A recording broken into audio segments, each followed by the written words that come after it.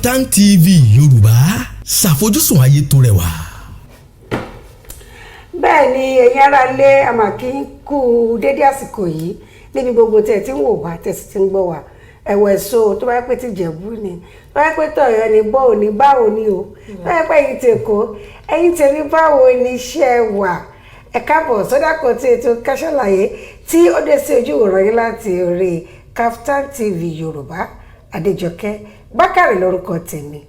Adétóun Adébọ̀gún lórúkọ tèmi. Ẹ káàbọ̀ sórí ètò náà. Babátúndé Àkàndé lórúkọ mi. Ẹ káàbọ̀ sórí ètò Ká Sálàyé níkànnì Kaftan TV. Bẹ́ẹ̀ ni o nípa ẹ káàbọ̀ ẹ kú ìjókòó ẹni máa gbé máa rọ̀ yín fún kankan ẹ wá nǹkan fìdílé tàbí kẹ́ fìdílé nǹkan nítorí ohun tá a fẹ́ gbé yẹ̀wò ní abala ìta wà yìí orílẹ̀-èdè Nàìjíríà náà la kúkú wà á lọ́ọ̀bì kankan ṣùgbọ́n àwọn oríṣiríṣi tó ti ń ṣẹlẹ̀ lọ́tún lọ́sì pàápàá jùlọ lórí ọ̀rọ̀ ti àfowókówó epo dáàbò lójú pé yàrá ilé ẹ̀yin náà ti gbọ́ ń pẹ̀ kí ṣèṣin ẹ̀ṣẹ̀ ń gbọ́ ṣùgbọ́n ojú ìwòye wo ni ẹ fi wo ti ọ̀rọ̀ pé wọ́n fẹ́ fowókówó epo nígbà tí wọ́n kọ́ bẹ̀rẹ̀ ní 145 nígbà COVID-19 wọ́n gan já 5 naira 8 naira lórí ẹ̀ nígbà tó já padà sókè ó kọjá iye tó wà tẹ́lẹ̀ ń sìn wọ́n dà kó fẹ́ bọ́ sí one night ẹjọ́ tó lọ ládé tó ń ṣẹ́jọ́ ṣèpàdé ní pẹ̀lú Trade Union Congress. Àkúnjọ ṣèpàdé ìyá mọ̀ pé atótónu yẹn náà ti wà lẹ́tẹ̀lẹ̀ pé kó má fowó kún owó epo pàápàá jùlọ 2021 yìí à ń gbàdúrà pé kí nǹkan dẹ̀rọ̀ díẹ̀ fún wa ìdẹ̀ ń ṣe àsìkò yìí àìṣẹ̀ bẹ̀rẹ̀ ọdún ni láti máa gbé awuyewuye pọ́n fẹ́ fowó kún owó epo tẹ́bádẹ̀ wò náà àwọn TUC wọ́n ti ń fapá já wọ́n ti ń yarí pé kò lè bọ́ sí o kò ṣeé ṣe o wọ́n ti wá pẹ́ díẹ̀ náà kan tó sọ̀rọ̀ ó dá náà wọ́n ṣe tún sọ síta yìí ṣe wọ́n pé àgbọ̀dọ̀ tún dákẹ́ lórí ọ̀rọ̀ epo yìí nǹkan tá a máa sọ ni Ọlọ́run á kó wa yọ́nú ẹ̀. àbí tabanikọ́lọ̀ ń kó wa yọ́nú ẹ̀ náà gbẹ́gẹ́ ká tó bẹ̀rẹ̀ ètò ká tó bọ́ sórí ká tó ní pé ẹ̀yin ará ilé ipò káàbọ̀ sórí ètò Ká Sálàyé ìkan lára wa ń sọ ní bí ọdún mẹ́rin bàbá wa ló jẹ ààrẹ mínísítà múláre mínísítà fún petroleum. ṣé lọ́wọ́lọ́wọ́ ẹ̀ náà. nígbà ṣé àwọn náà ṣì wà ń bẹ̀ ni àti ìmọ̀ ṣùgbọ́n àwọn dárúkọ pé àwọn ni mínísítà petroleum àṣà pé ọ̀gbẹ́ni àbí ṣé chief ni wọ́n àbọ̀ ọ̀gbẹ́ni. chief ti chief ni wọ́n ní àbí minister àbí professor òtòwò minister for state petroleum àwọn làwọn trade union bá pọ̀ lọ́wọ́lọ́wọ́ báyìí pé ọ̀gbẹ́ni kò jọ o wọ́n ní pé kò jọ rárá àwa náà ń bíbá yẹn náà sọ pé kò jọ fún ìdí kan àbí òmíràn nítorí pé ìlú ò dẹrùn ẹjọ́ ń tòrò Ọlọ́run kí wọ́n rò pé orílẹ̀-èdè Nàìjíríà nìkan ní kíní wà àbí káàkiri ló wà ń gbọ́ yẹ pé káàkiri àgbáyé gbogbo ẹ̀ wà ó ṣe wádùn ní ti pa gbọ́ngbọ́n gbọ́dọ̀ ṣe ń gbogbo ìgbà ẹ bá wa rẹ̀ ńlẹ̀ díẹ̀ yìí làwọn fi ṣe káàtẹ̀ kọ́ fìtí kíní kùn ni tọrọ àwọn kí náà ṣe ń pè náà ẹ káàkiri sí ti toll gate ẹ wá gbàgbé EndSARS ní last year wọ́n ń di SARS adá tribunal lẹ̀ àbí tribunal lẹ̀ pé gbogbo ẹ̀ náà ni tó bá pè náà ni wọ́n dá sílẹ̀ wọn ní gbogbo ohun tí àwọn SARS tán ti fìyà jẹ lọ́nà ìlẹ́tọ̀ pé kí wọ́n máa fi ẹ̀hónú ọ̀nìkọ́fẹ̀ náà kọ́ wá sọ tẹnu wọn báwọn dẹ̀ ṣe wádìí òfin tó tó ṣùgbọ́n ó dàbí ọ̀sẹ̀ tó kọjá ni ó ti bẹ̀rẹ̀ sí ń wọ́lẹ̀ báyìí tán ní agbẹjọ́rò àwọn tán ní iléeṣẹ́ ti tollgate ó gbẹ̀gbẹ́jọ́ wọ́n wá dá wọn lẹ́jọ́ wọ́n dá wọn láre wípé kán dá tollgate padà fún ṣé wọ́n ti tollgate tẹ́lẹ̀ ni. ṣe mọ̀ pé gbogbo àti EndSARS yẹn bẹ̀rẹ̀ pẹ̀lú gbogbo ìwádìí tó ń ṣe wọn tí bẹ̀rẹ̀ sí ní gba owó kì í ṣe pé wọ́n tì mọ́tò ń lọ ṣùgbọ́n wọn gba owó nísìnyí nínú àwọn panel àwọn Lagos State Judicial Panel tó ń dálẹ̀ wọ́n wá ṣe ìdìbò wípé àwọn wo ló fọwọ́ sí kí wọ́n bẹ̀rẹ̀ sí ní ṣe bísínẹ́sì wọn bẹ̀rẹ̀ kọ́ láti máa gbó lọ́wọ́ mọ́tò tó bá kọjá àwọn kan ní àwọn fọwọ́ sí àwọn kan náà wọ́n fọwọ́ lára àwọn mẹ́ta tó fọwọ́ sí lára wọn yóò méjì wà ní àwọn gbọ́dọ̀ wà ń bẹ̀ ẹ̀bùn bàbá wa ẹ̀bùn Adéborúwà àwọn sọ wípé rárá wọ́n dẹ̀ àwọn kan tí wọ́n ń sọ ń sìn wọ́n wá ń pẹ̀tù sáwọn youth wa nínú pé kán jọ nǹkan táwọn yìí lè ṣe àtúnṣe lórí ẹ̀ ni àwọn tó lè kọ́ máa occupy tó rántí sọ pé February 13 náà fẹ́ lọ occupy Toll Gate February 13 wọ́n wá sọ fún wọn pé kò tí ì lẹ́tọ̀ọ́ kán yìí ní sùúrù náà káwọn tún gbé yẹ̀wò káwọn wò síbí wò sọ́tún káwọn tó mọ ìgbésẹ̀ tí wọ́n máa wá gbé ṣùgbọ́n ṣe mọ̀ tẹ́ bá wò náà àwọn tí bó tiẹ̀ tilẹ̀ jẹ́ wípé tẹ́lẹ̀ à ń gbọ́ wípé àwọn bàbá wa Tinubu wọ́n níṣẹ́ nínú Toll Gate company yìí ṣùgbọ́n kì í ṣe àwọn nìkan àwọn kan máa ní ìwà ń bẹ̀ tó ń fowó wọ́n tọwọ́ sọ́pọ̀ tó ń ṣe investment kan tí wọ́n bá dẹ̀ wò interest rate ń lọ investment ní bẹ́ẹ̀ ni business yẹn ó dẹ̀ fẹ́ continue àwọn yẹn ò dẹ̀ gbàdúrà wípé nǹkan tó ṣẹlẹ̀ ń bẹ̀ kó ṣẹlẹ̀ òun la ṣe ń wò pé bóyá ìdí tí wọ́n ṣe sọ pé business yìí kan bẹ̀rẹ̀ sí ní ṣe ìgbà owó yẹn àti pàápàá kó tó di pọ̀rọ̀ tí EndSARS gan ṣẹlẹ̀ tọrọ ti Lekki Toll Gate concession tó ń ṣe a gbìyànjú láti gbé àwọn tó ń gbé ládùúgbò yẹn wá sórí ètò ṣùgbọ́n EndSARS ò jẹ́ kán ráyè a máa gbìyànjú láti gbé wọn wá tọrọ àwọn sọ pé owó tó ń gbà ní Toll Gate gan ó ti pọ̀ jù kì í ṣe ìsìn náà ti ń jà fọ́rọ̀ owó yẹn pé mọ́tò bá ṣe ń kọjá ló ṣe ń kọjá bọ̀ ṣùgbọ́n tó bẹ́ẹ̀ jù bẹ́ẹ̀ lọ láàfikún ohun tí Adétóun sọ owó tí bí wọ́n ṣe gba owó lẹ́nu bodè yìí mọ́ àwọn kan ń ṣiṣẹ́ níbẹ̀ tó jẹ́ ọ̀dọ́ tó ń gba owó oṣù ibẹ̀ náà ti ń bọ́ ẹbí tó ti ń bá tọ́jú ara wọn nígbàtìgbà tó ti géètì pa kí ẹ wọ́n ti pa mọ́tò ń kọjá mọ̀ bẹ̀rẹ̀ pé ṣé wọ́n ti pa ní ó ṣeé ṣe kápò tí wọn náà kó ti ti pa mí òrùpọ́n lè máa fún wọn lówó nígbà tó ń ṣiṣẹ́ nígbà tó ń ṣiṣẹ́ àwọn tó dẹ̀ dálẹ̀ náà investment ó ṣeé ṣe kó jẹ́ pé wọ́n yáwó nílé ìfowópamọ́ ni ṣẹ́rí báǹkì wọ́n fọ́ọ̀nì débi pé tí wọ́n fẹ́ já yín lówó wọ́n máa pè é lọ pè é bọ̀ ni wọ́n máa rẹ́rìn sí i wọ́n máa kọ́ kíníkan àwọn kan kó wà lábẹ́ ewé àpè ní ìdí agenda tó bá ti yáwó tán báyìí wọ́n máa díjú mọ́ ẹni wọ́n máa ránjú gbowó wọn lọ́wọ́ ẹni kò sọ̀rọ̀ ẹ̀rín mọ́ ọlọ́run apẹ̀tù sí àwọn tó fẹ́ lọ rí occupy ọlọ́run apẹ̀tù sí wọn nú pé ká tiẹ̀ wò gbé wò lọ́tún ká gbé wò lọ́sì ìyẹn nìkan tí aníkàrà sọ ní ráńpẹ́ ní abala tìyẹn èyí tó dàbí ohun tó ti ń wà nílẹ̀ tí pé àmọ́mọ́ àfẹ́ dá sí i ó ní ti cryptocurrency ó dá mi lójú pé gbogbo ilẹ̀ ti gbọ́ ẹ jẹ́ ká kọ́ sọ díẹ̀ ìtàn díẹ̀ ni pé tó rárá rọ̀ mọ́ tó lọ́pọ̀lọpọ̀ kò yé wọn kí ni Babátúndé rí sọ ní kékeré. tí èmi tí mo lè sọ sí ìgbésẹ̀ yìí ni pé àwọn ìdókòwò láti orí afẹ́fẹ́ bí àwọn online bitcoin ara wọn tẹ́lẹ̀ náà àwọn òwò kan sì wà tó pa máa ń pè ní paper money. àwọn náà ní paper money àwọn kan ní. bẹ́ẹ̀ àwọn náà ló ti yẹ pé ara ibi táwọn kan ti ń rí owó ni àwọn sọ pé article written. ara ibi tẹ́ pé wọ́n máa sọ pé wọ́n ti ṣe domiciliary gbogbo àwọn ibi tí nǹkan yẹn ti bẹ̀rẹ̀ ni. lọ́wọ́ ò pé bóyá àtàrí pé àwọn nǹkan yẹn ó mú ìlú lé ní jìbìtì dání láwọn ààyè míì ló jẹ́ kán máa rò pé kí wọ́n ṣì kán gbésẹ̀ lé kán má jẹ́ pé ó di tí àwọn èèyàn pé torí àwọn sẹ́wọ́n pé cyber crime àwọn kan tí wọ́n wò náà nìyẹn lọ́wọ́ bẹ́ẹ̀ ó ń pọ̀ nílẹ̀ ó ń pọ̀ tẹ́ pé wọ́n ń lu ẹlòmíì ní jìbìtì látàrí àwọn nǹkan yìí ló yẹ pé wọ́n pé kí wọ́n sì kan gbé ìṣẹ̀lẹ̀ pé kó má sí irú ẹ̀ mọ́ wọ́n yẹ pé kí náà polóko ẹ̀ CBN wa yẹ pé láti bí 2007 náà ti bẹ́ẹ̀ ni January náà gbé sọ pé àwọn fàyè gbà mọ́ lórílẹ̀‐èdè Nàìjíríà látàrí cybercrime láti TV dènà rẹ̀ lórílẹ̀‐èdè Nàìjíríà àwọn kan tí èmi rí sí nìyẹn tàbí sọ pé tí yóò bá sí pé torí cybercrime náà tó sọ pé káwọn dẹ́kun rẹ̀ àwọn nǹkan yìí náà tún mú ó lè ran ètò ọrọ̀ ajé lọ́wọ́ nítorí pé cybercrime yẹn náà ọ̀nà ó wà ní CBN tún lè gbà tán lè bójú wò láti jẹ́ pé láti máa mú àwọn wọ̀nyí tí wọ́n fi ń ṣe jìbìtì torí pé kò sí gbogbo àná lèèyàn máa kó pé mo kówó lọ ra nǹkan àwọn míì ta nǹkan lórí ẹ̀rọ ṣé ẹni tó ń rí nǹkan tó bá. yàtọ̀ sí yẹn ṣe rí àwọn báǹkì wa nǹkan tí òyìnbó ń pè ní risk ló jẹ́ fún banks wa torí pé àwọn kì í ṣe wọn dẹ̀ fi taratara gbà nǹkan tó dẹ̀ jẹ́ kí CBN wá dá sí nìyẹn wọ́n protect interest àwọn báńkì wa ní torí wọ́n ń ṣe tẹ́ bá wò náà tẹ́wà á sọ à ń pè nǹkan ní black market tá a bá fẹ́ ra dọ́là tí kò bá pè wá ní bank á lọ ra ní black market bí cryptocurrency ṣe rí nìyẹn and torí pé àwọn báńkì wọ̀ kì í ṣe online kìíní dẹ̀ ni tẹ́bálẹ̀ fẹ́ dá dúró ó mìíràn wípé ẹ máa sọ pé ẹ fẹ́ shut down internet nìyẹn àkọ́kọ́ nìyẹn ẹlẹ́ẹ̀kejì ni wípé tẹ́ bá wò náà investment yẹn ó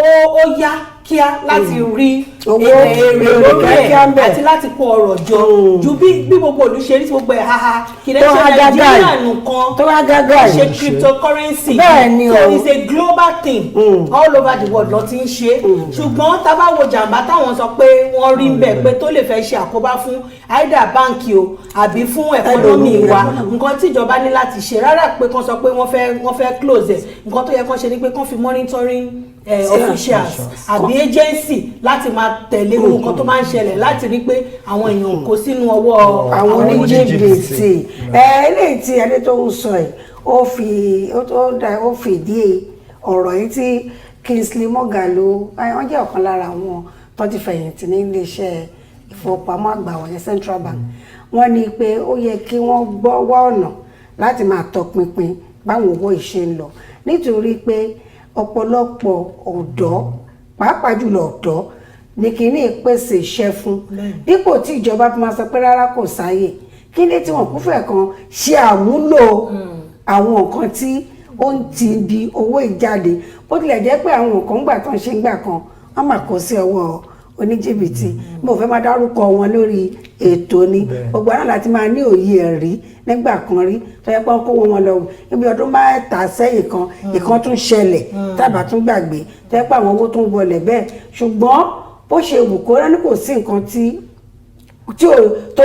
dáa tán ó fẹ́ dàbí ọ̀rọ̀ àdúrà ni wọ́n ní tó dára ó fàdúrà ohun tí ò tún dára náà tó kù díẹ̀ káàtó ó tún fẹ́ àdúrà wọ́n wá ń sọ pé bàbá Moghalu wá sọ kiri kan pé ọ̀rọ̀ tí òṣèlú wọ́n ti fẹ́ fi wọ̀ ọ́ tí wọ́n bá fi wọ̀ ọ́ ni wọn ò ní dédé dìde bùyà lójijì pé àwọn fẹ́ fagilé irú nǹkan báyìí nítorí àwọn Security Commission wa Stock Exchange Commission ó dà pé wọ́n fara mọ́ torí ó wúlò fún wọn wọ́n ń ṣe àmúlò ẹ̀ dáadáa wọ́n ní pé asset táwọn rí ń bẹ̀ ó tẹ̀ yà mí lẹ́nu nígbà tí wọ́n sọ pé bíi $650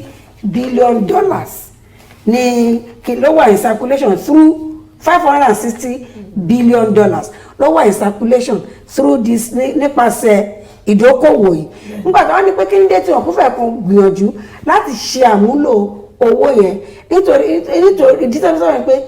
tí a bá ṣàmúlò owó yìí ṣe àpò máa fẹ́ kò ní nípalára fún wa lọ́wọ́ tí IMF tó ń sọ sí pé Nàìjíríà owó wa à ń pọ́n owó wa léjù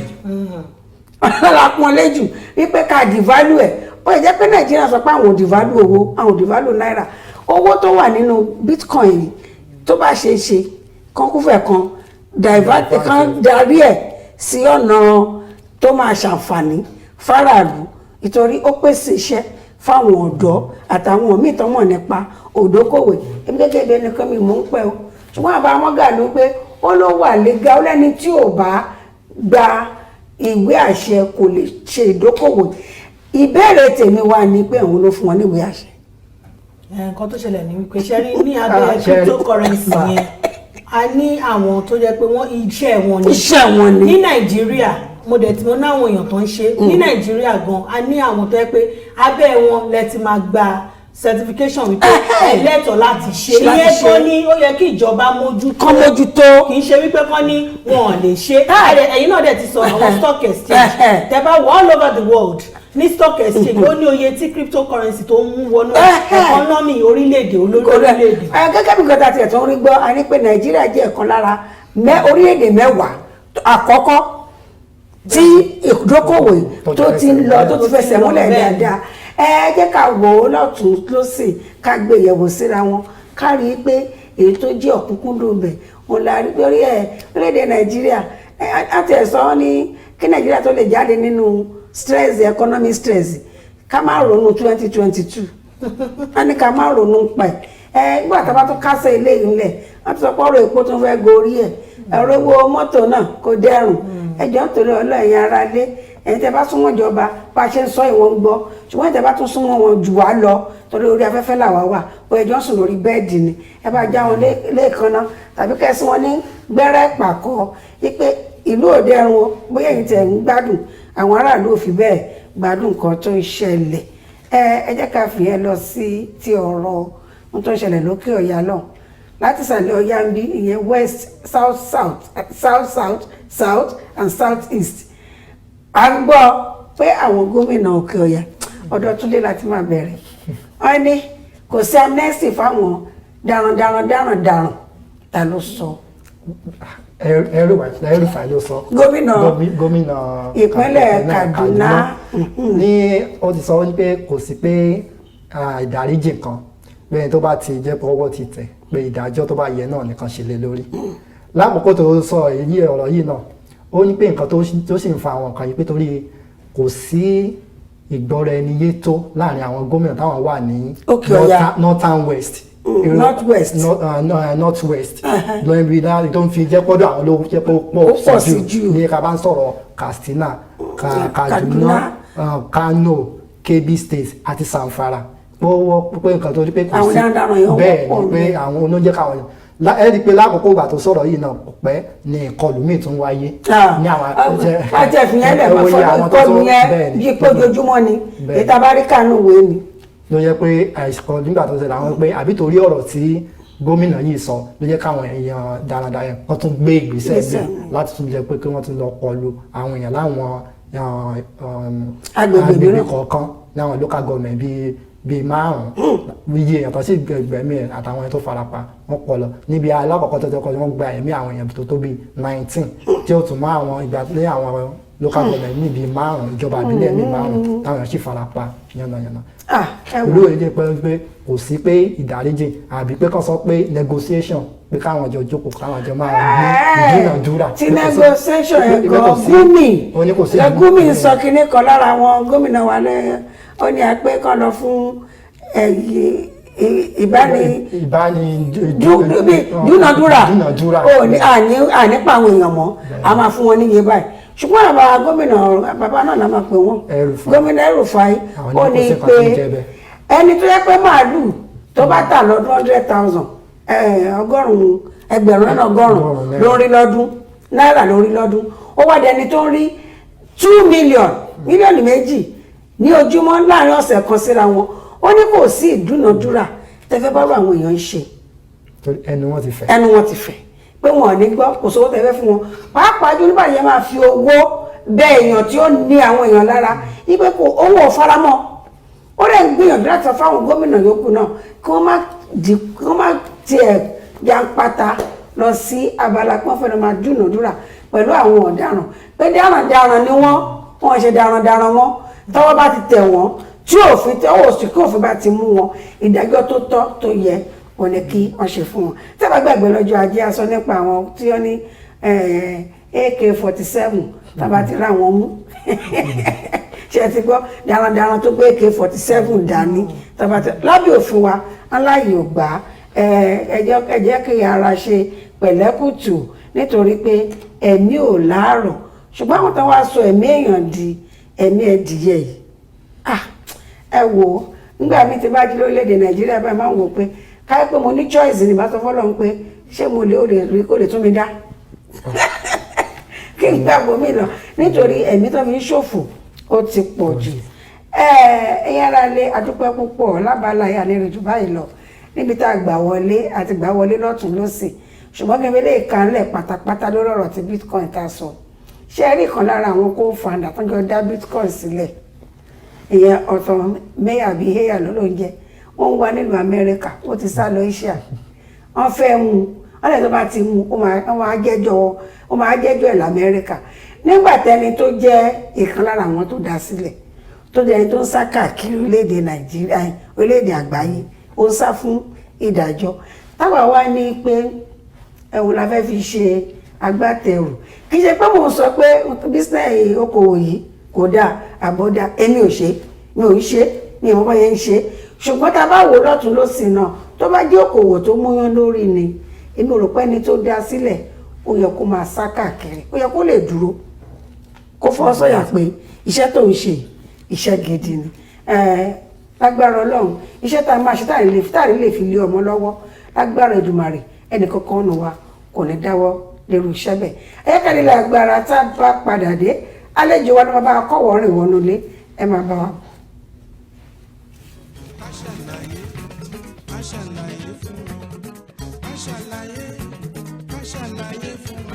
àwọn bàbá wa mọ́nímọ́ní àwọn bàbá wa mọ̀ọ̀yàn wọ́n lọ wọ́n bọ̀ nínú òwe wa pé iṣu àtẹnumọ́ràn kì í jóná o ó dé wá fún Kaftan TV Yorùbá pẹ̀lú ètò àtàrà níkànnì Kaftan TV Yorùbá ká ṣàlàyé ní ìkànnì Kaftan TV Yorùbá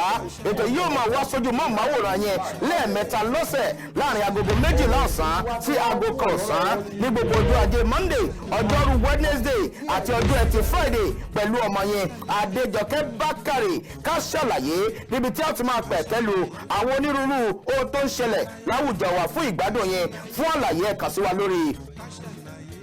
ká ṣàlàyé àlàyé ní bàbá ọ̀rọ̀.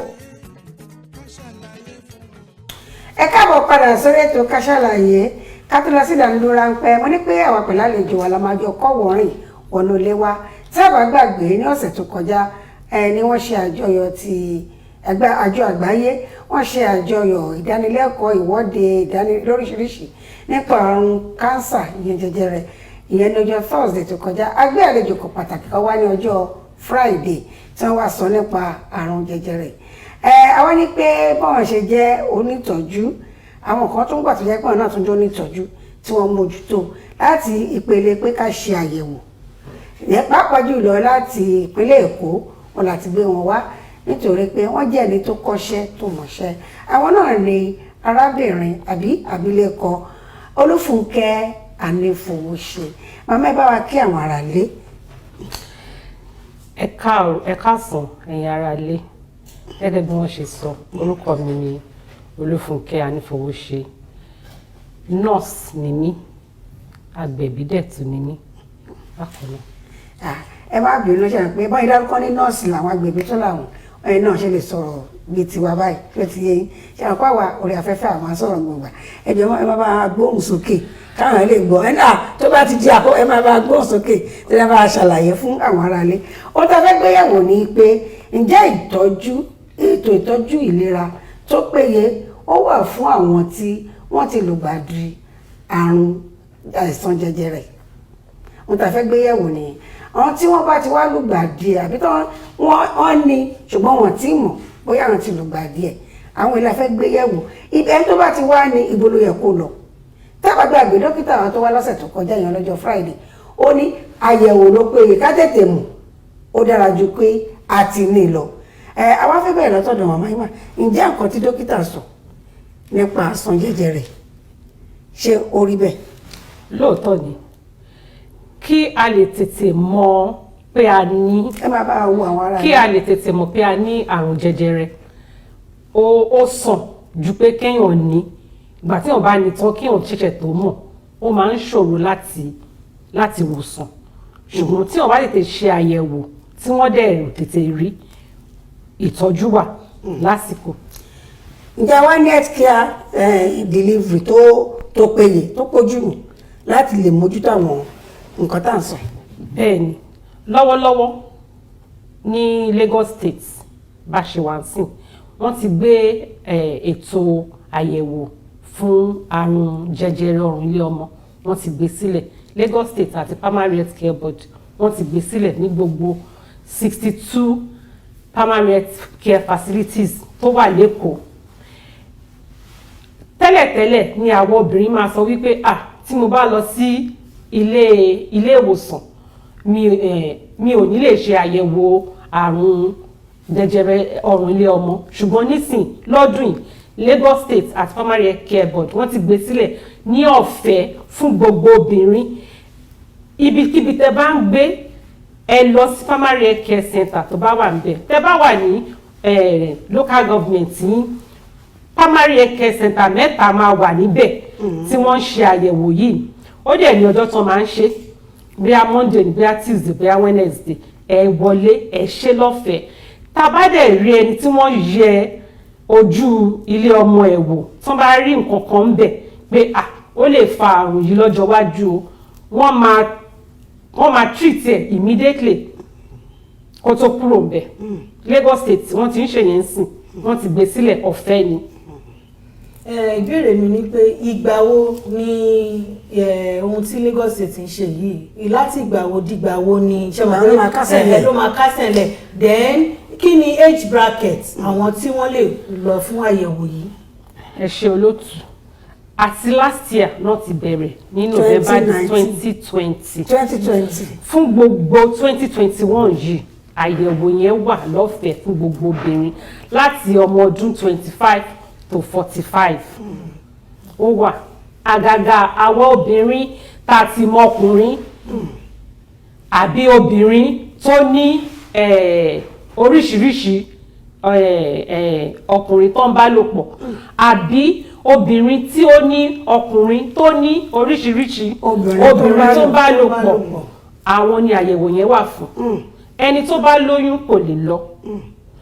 ẹni tí ó bá jẹ́ tí wọ́n ti jábàálẹ̀ kò lè ṣe àyẹ̀wò náà. Ó dà náà pẹ̀lú nǹkan tí ẹ wá gbé kalẹ̀ tẹ́lẹ̀ pé ọ̀fẹ́ ni wọ́n dẹ̀ tó máa ṣètọ́jú ẹ̀ ń bẹ̀ náà kí ó ní nǹkan tó máa mú dé ilé ìwòsàn yìí àbí tó bá kàn ti wọlé síbẹ̀ á lórúkọ lágbájá nǹkan báyìí ló fẹ́ ṣe. Ẹ ṣé olóòtú lọ́wọ́lọ́wọ́ nǹkan tá à ń ṣe ni wípé à ń create awareness. À ń ṣe polongo. ní gbogbo local government ìpínlẹ̀ àwọn mobilizers àwọn obìnrin kan àwọn ọkùnrin kan ti wà tí Lagos State ti yàn àwọn yẹn ni wọ́n polongo káàkiri gbogbo agbègbè ní each local government. Àwọn yẹn náà máa fún àwọn obìnrin tó bá fẹ́ lọ ṣe àyẹ̀wò yẹn ní ìwé pélébé wọ́n ti kọ orúkọ wọn sí wọ́n ti kọ nọ́mbà sí ìwé yẹn náà máa mú lọ sí ilé ìwòsàn primary care board tó ti fẹ́ primary center wọ́n ti fẹ́ ṣe àyẹ̀wò yìí òun náà máa fún wọn tó bá ti débẹ̀ wọ́n á ti fi hàn wọ́n máa ṣe àyẹ̀wò yẹn. Ìbéèrè mi ń bọ̀ lórí yẹn ẹ̀yin ará ilé ẹ lè darapọ̀ mọ́ wa lórí ohun tá à ń gbé yẹ̀wò torí ìlera gbogbo wa ó ní ìlera lọ́rọ̀ èyí máa sọ pé ìlera lóró nítorí ẹni tí ò bá gbọ́n ó máa lóró fún un torí nǹkan tá gbé ẹ̀wò lórí Kaftan TV ìbẹ̀rẹ̀ tí lè gbọ́wọ́ eléyìí báyìí sí Kaftan TV Yorùbá ẹ wò ọ̀gá ni ẹ lè kàn sí wa lórí 09132176826 tàbí 08115830288 bẹ́ẹ̀ ni màmá wa bí tó kún máa mú béèrè láti fi tẹ̀sán yìí irú èmi sìn gbà mí ṣùgbọ́n gbé wá sórí ètò àbí bẹ́ẹ̀ lẹ̀ gba Adétóun kí ní ìwé pélébé tẹ́lẹ̀ fáwọn èèyàn ṣé mi náà lẹ́tọ̀ọ́ láti gbà á kí wọ́n máa fún àwọn èèyàn. Bẹ́ẹ̀ ni olóòtú torí pé ẹ jẹ́ obìnrin ẹ ní ẹ̀tọ́ láti gbà ẹ dẹ̀ ní ẹ̀tọ́ láti gbà láti fún àwọn èèyàn ọmọ yín obìnrin o tó ti mọkùnrin o ọ̀rẹ́ yín obìnrin o tó ti mọkùnrin o ará ilé yín àdúgbò yín wọ́n lẹ́tọ̀ọ́ láti gbà láti lọ ṣe àyẹ̀wò ẹ̀. Ọ̀dà náà ìbéèrè tí ó fẹ́ dàbí kó fẹ́ fọ́ ní díẹ̀ tí mo fẹ́ béèrè ẹ má bínú ó ní ti ọ̀rọ̀ mọkùnrin àbí òmọkùnrin bóyá ọkọ ẹ ní ọ̀pọ̀lọpọ̀ obìnrin ṣé àrùn jẹjẹrẹ ṣé èèyàn lè kó látara ọkùnrin tó ń kọ́ ọ̀pọ̀lọpọ̀ obìnrin àdúgbò kẹlẹ́ máa bọ́kọ yín jà ní o kì í ṣe torí ẹ o a kò fẹ́ mọ̀ sí torí á ní láwọn mi báyìí náà pé ló tún fẹ́. Ẹ ṣé olóòtú ṣe rí àrùn jẹjẹrẹ ọrùn ilé ọmọ nǹkan tó fà ló ń pè ní HPV virus human papilloma virus torí pé a jẹ́ obìnrin òun ni a fi lè ní virus yìí tí ọkùnrin bá ní oríṣiríṣi obìnrin tó ń bá lò pọ̀ àwọn lè kó àrùn yẹn láti ara àwọn obìnrin yẹn kó kó wá fún ìyàwó wọn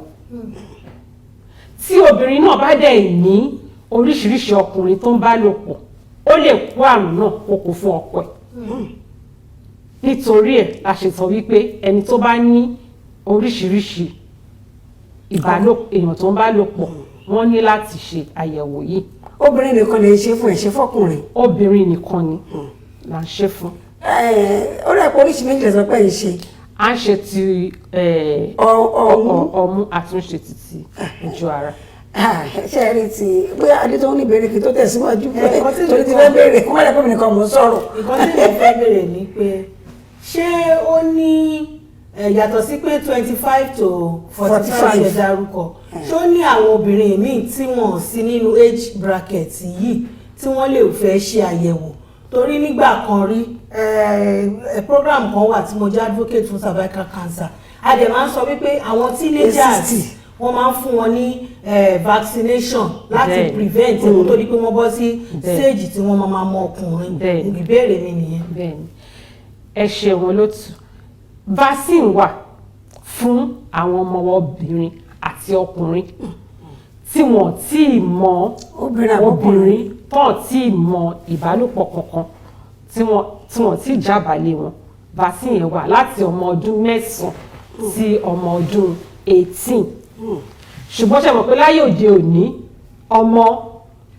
15 ó ti mọ ọkùnrin ọmọ 8 years tẹ̀lifíṣà gbọ́ tó ń fọ́ fi wá bára wọn lókèrè. èyí máa jẹ́ kí wọ́n kọ́ ní ìdáàbòbò láti ní àrùn jẹjẹrẹ ọrùn ilé ọmọ tá à ń sọ yìí.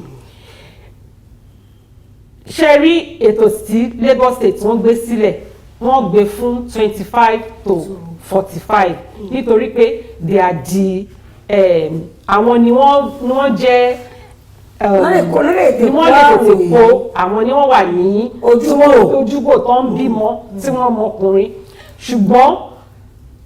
tá bá máa ní pé ká ṣe àyẹ̀wò yẹn a máa ń ṣe àyẹ̀wò yẹn láti ẹni tó bá ti mọ ọkùnrin láti bóyá di 18 títí dé 60 years.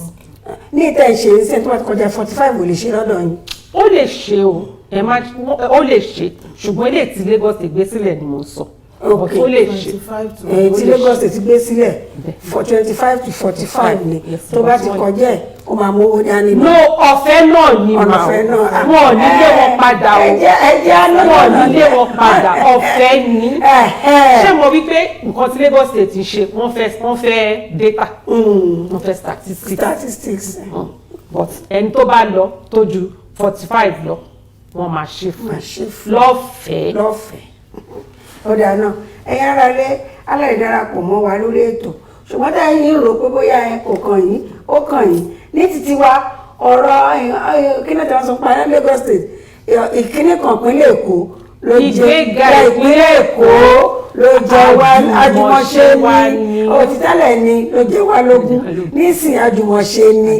àwòkọ́ṣe náà ni ó jẹ́ fún gbogbo wa lórí láti máa béèrè ìbéèrè tí wọ́n tún béèrè lórí kiri rẹ̀ pé nígbà tí ọ̀rọ̀ ti dà báyìí sìn gbogbo ọjọ́ orí dé 60 ló lè ṣe wọ́n lè kó lára ẹni tó bá ń ṣe yọjú yọ̀dẹ̀ káàkiri wọ́n lè kó lára ara wọn nígbà tí ọ̀rọ̀ wa rí báyìí ǹjẹ́ àkọsílẹ̀ kan ti wà wípé iye àwọn èèyàn báyìí ni látìgbà tẹ́ ti bẹ̀rẹ̀ ló ti ní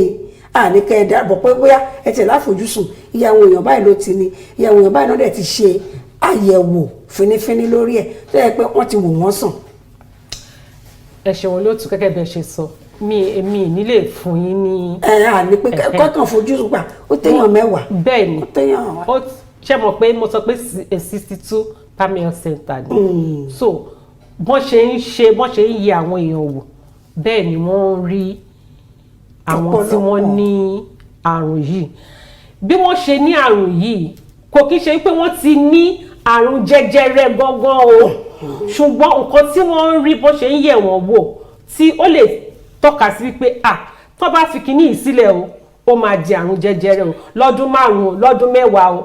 nísìn ẹ jẹ́ ká tètè mójútó ó ń ṣẹlẹ̀ ó ń yọjú síta wọ́n dẹ̀ tọ́jú. a gbọ́dọ̀ fìdí yẹn múlẹ̀ torí dókítà tó wá lọ́sẹ̀ tó kọjá wọ́n láti máa sọ fún wa pé ká tètè ṣàwárí ẹ̀ ká kiri ọrùn mọ́lẹ̀ ká fàtú kó tó di tó máa fẹjú kẹ́kẹ́kẹ́ tí gbogbo ò ní ṣe kánlẹ̀ mọ́ tó bá jẹ́ pé ó ní nǹkan tí yàtọ̀ sí ìwé tẹ mú dání ṣé èèyàn láǹfààní lẹ́yìn tó bá tún ṣe tán tó bá ti ṣe ṣé èèyàn tó lè padà lọ ṣé nǹkan tó tún padà pé tó bá ti wò ó sàn tán ó tún lè padà tí ò tí ì di jẹjẹrẹ gọgọ tó tún lè padà. tó bá ti wò sàn kò lè padà wá mọ́. bó ti jẹ́ pé ń tẹ̀síwájú láti máa báwọn oríṣiríṣi èèyàn lájọṣepọ̀. kò lè padà wá mọ́. ṣe rí tẹ́lẹ̀tẹ́lẹ̀ mo sọ wípé vaccine wà fún àwọn ọmọ tí wọ́n ti mọ ọkùnrin tí wọ́n ti mọ obìnrin àwa tí a ti mọ. hello sir. orúkọ tèmi ni Yakubu Adémúyìwá láti Abẹ́òkúta. ẹ káàsán sọ ẹ káàbọ̀ sórí ètò. ẹ káàsán. yes sir. àrùn jẹjẹrẹ yẹn nìfẹ́ béèrè ṣé ó máa ń sọkùnrin náà ìní ìkejì kí ni nǹkan èèyàn lè ṣe sí tó bá sọ pé àbóbìnrin nìkan ló ń ṣe. ẹ ṣe púpọ̀ wọ́n ní ṣe máa ń ṣọkùnrin náà dẹ̀ tó bá ti ṣe kí nìkan tó lè lò sí. àrùn jẹjẹrẹ kò sí ẹ̀yà ara tí ò ti lè múyàn. ọmọkùnrin ọmọbìnrin. ọmọkùnrin ọmọbìnrin títọkùnrin tí a mọ̀ tó wọ́pọ̀ òun náà pè ní ti prostate cancer ṣó ti yé yín ó mú ọkùnrin ó ní àyẹ̀wò tí ọkùnrin náà máa ń ṣe tó máa fi mọ̀ wípé àrùn jẹjẹrẹ prostate ó ti wà lára ọkùnrin àyẹ̀wò yìí ni wọ́n máa ṣe àyẹ̀wò yẹn náà ó bẹ̀rẹ̀ láti ọmọ 40 ọdún that is 40 years ni wọ́n máa ṣe láti tó bá ti rí tó bá rí pé kíní yìí ó ti wà ní ara ọkùnrin o wọ́n á mójútó. bàbá ó dá mi lójú pé ìbéèrè yìí ó ti dáhùn ìbéèrè yìí tẹ̀ béèrè wọ́n wá ní pé kí nìkan tó lè lò sí. wọ́n máa ṣàyẹ̀wò tó bá ṣàyẹ̀wò tó bá rí i pé ó wà lára wọn wọ́n máa ráwọn dókítà wọ́n máa tọ́jú wọn. wọ́n máa tọ́jú wọn ní pé ẹ máa ráwọn dókítà gbogbo tá à ń sọ yìí èèyàn kan lè ronú kó ní àwòrán pé mo ní kinní ó mọ̀ dàbí ọ̀rẹ́ ni tójú ń dùn ni ẹlòmíràn ló ní glaucoma ẹlòmíràn glaucoma ló ní ó lóun ní cataract nígbà tó oríṣiríṣi àwọn kinní onípele ìpele tí ó wà yàtọ̀ sí pé èèyàn lọ ṣe àyẹ̀wò tó yẹ máa ń pọ̀ mí máa ń béèrè pé ó yẹ kó ènìyàn ti mọ irú títọ̀ yàn sìn wọ́n ní kó fọwọ́ tẹ̀ àmọ́ tó irú ti ojú ara yìí ó ṣó láwọn àpẹẹrẹ kan tẹ́nìyẹn máa rí tó máa sọ pé ó yẹ kí n lọ ṣàyẹ̀wò fún nǹkan báyìí. ẹ ṣeun olóòtú ṣẹ́rí ti ojú ara ó ní àwọn àpẹẹrẹ tíyàn máa rí tó máa fi mọ̀ wípé ó dàbí pé mo ti ní àrùn yìí o bíi kí n fún yín ní àwọn àpẹẹrẹ bíi kí o máa ní ìbálòpọ̀ tó ń dùn èèyàn kí bẹ̀bẹ̀rẹ̀ ìdí kó máa dùn yàn kí o máa ṣe ẹ̀jẹ̀ lójú ara ní gbogbo ìgbà àbí tí ó dẹ̀ ṣe lọ́nà tí ó tọ́ àbí kí obìnrin kó ti wọ menopause kó má ṣe nǹkan oṣù mọ́ kọ́kàn dédi pé wọ́n ṣẹ̀ṣẹ̀ tún rí nǹkan oṣù ó yẹ kán lọ ṣàyẹ̀wò àwọn nǹkan tí wọ́n lè rí nìyẹn ní wọ́n pè kíní yìí ó ti wà lára o ṣùgbọ́n ṣe rí àrùn jẹjẹrẹ yìí tó bá wà lára èèyàn lè máa mọ̀ ó lè tó ọdún 5 ọdún 10 kí àwọn nǹkan tí mo kà sílẹ̀ kó tó di pé ó máa jẹyọ ṣùgbọ́n tí a bá ń lọ ṣe àyẹ̀wò ara wa lóòrèkóòrè at least ẹ̀ẹ̀kan lọ́dún tá a bá ṣe gbogbo àyẹ̀wò ara wa wọ́n á mọ̀ wípé nǹkan báyìí ló ń ṣe wá o wọ́n á dẹ̀ mójútó. tó dàbí ẹ̀ màmá wa ṣe àpá àwọn Nàìjíríà àwọn ọmọ Èkó pàápàá jùlọ lẹ́kọ̀ọ́ wa a máa ń kánjú ni tá a bá fẹ́ lọ ṣe àyẹ̀wò yìí ṣé kò ṣe tá a máa lọ tó kalẹ̀ tó yẹ pé ó máa pọ̀ torí lọ́wọ́láwọ́ pápá ní àkókò COVID-19 tó ní kálukú máa ń tó ń ṣọ́ra ṣe àbí wákàtí mélòó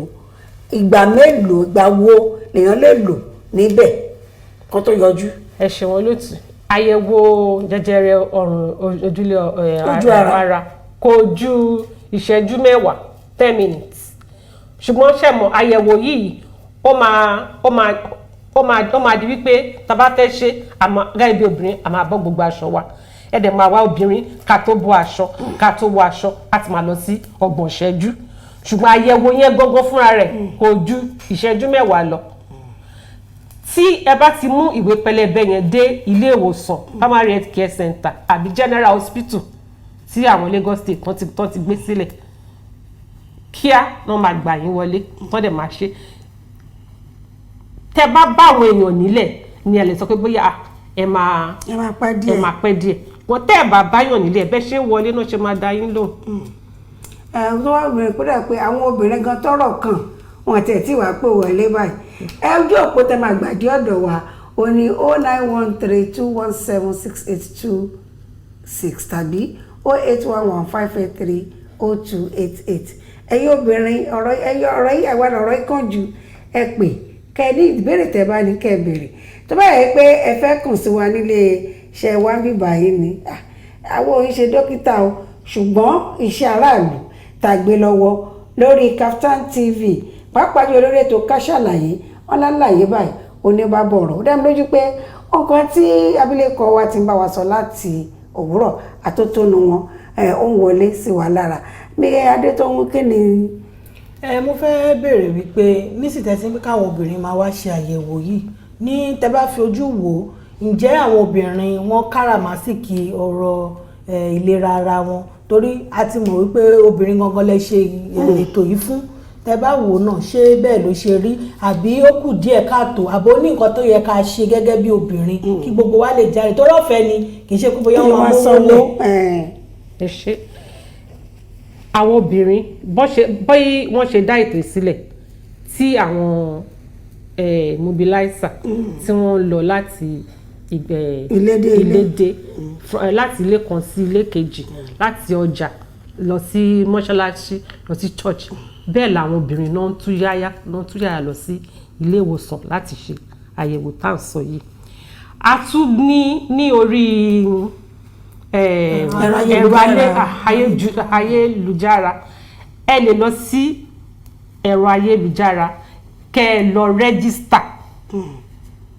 tí ẹ bá rí àwọn tí wọ́n mú ìwé wọ̀nyí káàkiri ẹ lè rẹ́gísítà ní ẹ̀rọ ayélujára ẹ kàn fọwọ́ kan ilé ìwòsàn tó súnmọ́ yín tó bá ti di tẹ́ bá rẹ́gísítà bóyá láàárọ̀ tó bá ti máa di ní alẹ́ wọ́n máa send code sí tẹ́ máa lò tẹ́ máa fún wọn ní ilé ìwòsàn pé nǹkan báyìí ni mo rí gbà o mo fẹ́ ṣe àyẹ̀wò. wọ́n fi ránṣẹ́ sórí ẹ̀rọ alágbèéká wọn wọ́n á fi ránṣẹ́ sí yín. ẹ̀rọ ṣe Instagram ni àbí Lagos State. títí wá ní o kò kí n ṣe ti Lagos State. àwọn tí wọ́n ń ṣe ẹ̀yin tẹ́ múwèé káàkiri ṣoṣo nẹ́tíwọ̀kì wá dá sílẹ̀ bẹ́ẹ̀ ṣe Instagram àbí. a wà lórí Instagram a wà lórí Facebook a wà lórí LinkedIn a wà lórí gbogbo ayélujára gbogbo ẹ̀ la wà bẹ́ẹ̀. ó dàbí táwọn èèyàn máa ń lọ jù tó ó ní pé ojúwe ìyẹn ní Facebook ojúwe làwọn ọ̀pọ̀lọpọ̀ máa ń lọ jù ó dà pé ojúwe yẹn ló máa dàbí pé ká pè fáwọn èèyàn nítorí free cervical screening exercise ò ní wọ́n pè àti ìtọ́jú àbí tó péye ẹ lè pe Facebook yín fún wọn Instagram àwọn èèyàn sábà lọ sí Facebook ló polongo jù òun ló Facebook yẹn ẹ bá a pè tàbí kí n bá ń pè ọ̀fẹ́ ní káfíńyàn láǹfààní ṣé ó rẹ̀ pọ̀ wà ń bì Facebook page ẹ bá wò jáde tó bá wà ń bẹ̀ tí ó bá rẹ̀ síbẹ̀ àwọn tẹ́ bá wà ní agbègbè ọgbà níbí ẹ lè wá sí iléeṣẹ́ wa àwọn kó àwọn kìnìún flyer wọn sílẹ̀ kẹwàá mú torí àìpé kò sí kìnìún Instagram Facebook page wọn ní orí bíbà ṣùgbọ́n ẹ lè lọ sí tẹ́ bá wá sí iléeṣẹ́ wa ìwé wọn tó fi sílẹ̀ ẹ lè wá mú ẹ má wàá mú kó gbogbo ẹ kọ́ tí láwọn èèyàn wà pé lọ́fẹ̀ẹ́ sí torí pé àlàáfíà ní ilé orílẹ̀-èdè tó bá wà lálàáfíà ní ìgbádùn máa wà ní ìrọ̀rùn máa wà mo sọ lẹ́ẹ̀kan wọ́n ní ìlera lọ́rọ̀ ẹni tí ò bá mójútọ́rọ̀ ara ẹ̀ ìlera di ìlera lóró lágbára Ọlọ́run ara wa iṣan ara wa kò ní dè wá mọ́lẹ̀ ìyẹn tá a bá ṣe yá àyàsẹ̀ kún nǹkan tí à ń gbọ́ lórí ètò Ká Sálàyé lónìí màmá wa kí ni ìmọ̀ràn tẹ́ ẹ ní fún àwọn ààrẹ káfíńyè ṣe lọ lórí ètò lónìí. ẹ ṣeun olóòtú ìmọ̀ràn tí mo ní fún gbogbo àwọn obìnrin ni wípé àwa la máa ń tọ́jú ọmọ àwa la máa ń tọ́jú ọkọ ó yẹ káwa náà ká tọ́jú ara wa lọ́wọ́lọ́wọ́ tí ìpínlẹ̀ Èkó tó ti gbé àyẹ̀wò sílẹ̀ ẹ jẹ́ káwa náà ká dìde ká wá ọjọ́ kan péré ká lọ fi yẹ ara wa wò. ọjọ́ kan tó fẹ́ lọ sọ́jà lọ rè so. wọn ò ní rèso lójoojúmọ́ tí ọmọ wa bá tí ara ọmọ wa ò bá yá a máa fèso sílẹ̀ a máa gbé lọ sílé ìwòsàn ìyẹn ni kókó. káwa náà ká fọjọ́ kan sílẹ̀ kí ọkọ wa kó bá wa wo àwọn ọmọ wa ká sáré lọ ká lọ yẹra wa wò ó yẹ ká máa yẹra wa ara wa wò lóòrèkóòrè. ẹ̀fín tó ń jẹ kúrú oúnjẹ olóyè kan máa jẹ. fruit ni o oúnjẹ tẹ́ máa jẹ jù fruit omi ṣe pàtàkì fruit omi àwọn oúnjẹ olókèlè díẹ̀ ká lè lókun lára nǹkan tá a máa jẹ nìyẹn. ẹni tó orílẹ̀-èdè Nàìjíríà fẹ́ ìlọsíwájú obìnrin ìpínlẹ̀ Èkó fẹ́ ìlọsíwájú obìnrin òun ló ṣe gbé ètò yìí kalẹ̀ fún gbogbo ẹ̀yin obìnrin tẹ́ wà tẹ́ ń gbọ́ wa níbikíbi tí ẹ bá wà ẹ jọ̀wọ́ ẹ lọ ṣe àyẹ̀wò látọ̀dọ̀ mi ó dìgbà. àyẹ̀wò ṣe pàtàkì ó ṣe kókó nítorí pé ìlera òun lọrọ̀ obìnrin pẹ̀lú lóró adúpẹ́ púpọ̀ lọ́wọ́ ẹ̀yin tẹ́ ẹ pè wá àtẹ̀yìn tẹ́ gbìyànjú láti wọlé tí pé yín ò wọlé lágbára Ọlọ́run ìfẹ́ tẹ́ ní sí wa Ọlọ́run ní paná ìfẹ́ àtúntẹ̀ ètò yóò máa wáyé ní déédéé aago kan náà ìyẹn ní ọjọ́ ọ̀la Thursday ẹ darapọ̀ mọ́ wa lẹ́yìn náà ẹ ti lọ sórí ẹ̀rọ YouTube channel wa tẹ́ bá lọ sí Kaftan TV tẹ́ bá ti lórí YouTube yẹn gbogbo àwọn ètò wa lọ́lọ́kan òjọ̀kan òun ló wà ń bẹ̀ tẹ́ bá pé Ká Sálàyé lẹ fẹ́ wò ẹ táìpù Ká Sálàyé ó máa gbé wá síbẹ̀ tó bá jẹ́ àwọn ètò míì náà ni ó máa gbé wá síbẹ̀ a wà lórí Facebook a wà lórí Twitter a wà lórí Instagram lágbára Ọlọ́run láṣẹ Elédùmarè ẹ̀yára kò ní fi wálẹ̀ ẹ̀rára wa kò ní di ogun sínú ayé wa bákan náà mọ̀ kí ààrẹ wa yẹn kílẹ̀ àkọ́kọ́ pé orúkọ wọn náà ààrẹ Yẹmí Ọlálẹ́yẹ èyí lọ́jọ́ ìbí wọn February 10 àti ṣe 28 òní ní 10 happy birthday to you ààrẹ Yẹmí Ọlálẹ́yẹ ìpínlẹ̀ Ọ̀ṣun ni wọ́n wà akínyìn o lórí Kaftan TV Yorùbá pàápàá jùlọ Ká Sálàyé crew a ní pé ìgbà ọdún kan ni títí ọjọ́ Friday tá a bá pàdé lórí ètò Ká Sálàyé àkọ́tún ètò ìyẹn lọ́jọ́ Friday ire àtayọ̀ tí a fi pàdé lónìí òun náà la máa fi pàdé ojú tẹ́ fi wò wá kò ní fọ́ etí tẹ́ fi gbọ́ wá kò ní di láṣẹ Èdùmàrè ó dìgbà kan náà. Kaftan TV Yorùbá ṣàfojúsùn ayé tó rẹwà.